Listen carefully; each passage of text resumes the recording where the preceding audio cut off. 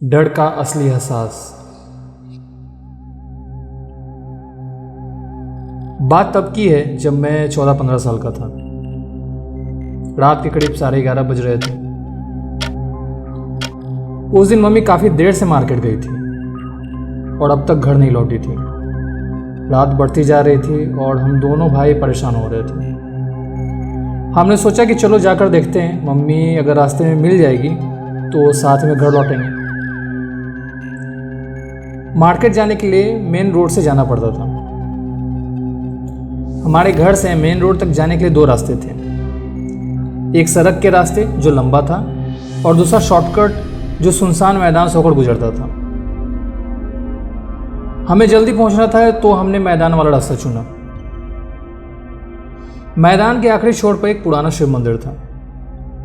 मंदिर के बाहर एक छोटा सा बल्ब टिमटिमाया करता था जो सिर्फ हल्की रोशनी फैलाती थी।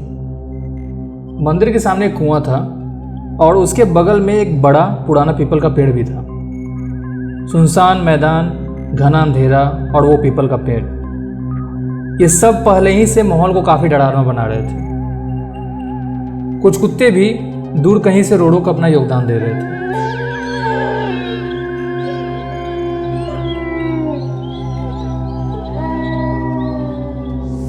खैर, हम दोनों भाई आपस में बात करते जा रहे थे पर हर कदम के साथ दिल की धड़कनें बढ़ती जा रही थी।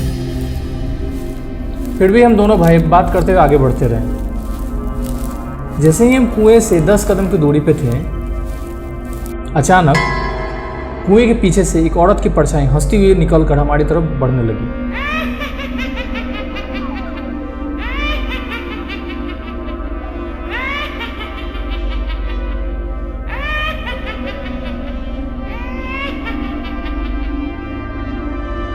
मेरी आंखें तो फटी की फटी रह गई। ऐसा लगा कि दिल की धड़कन जैसे एक पल के लिए रुक गई हो। मेरे शरीर में मानो ठंडक की एक लहर दौड़ गई हो।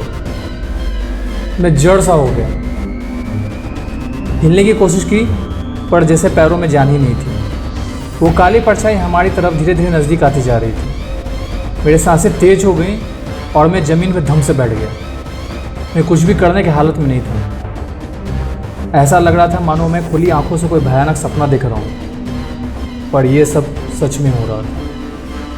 और जब उस काली भयानक परछाई का चेहरा मंदिर की टिमटिमाती रोशनी में आया तो मैंने देखा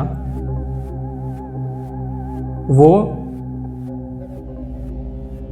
मेरी मम्मी थी और डाबर दंतमंजन वाली दांत दिखाकर हंस रही थी। हुआ ये था कि मम्मी ने हमें आते हुए देख लिया था और प्रैंक करने को सोचा था। मेरा भाई नहीं डरा था क्योंकि उसने मम्मी को पहले ही छुपते हुए देख लिया था, पर मेरे लिए ये सब कुछ और ही था। ये मेरे लिए डर का असली एहसास था। मेरे हाथ पांव जैसे पत्थर हो गए थे और मैं वहीं ज़मीन पर बैठा जम सा गया था। ये सारा तमाशा होने के बाद मम्मी और मेरे भाई ने मुझे जैसे तैसे उठाया, पर मैं अभी भी अपने शरीर पर नियंत्रण नहीं कर पा रहा था। मेरा जैसा दिमाग सुन्न हो गया था और मैं कुछ सोचने या महसूस करने के लायक नहीं बचा था। उस रात की घटना के बाद मुझे समझ में आया कि जब लोग कहते हैं कि डर से जान निकल जाती है तो वो बिल्कुल सच कहते हैं।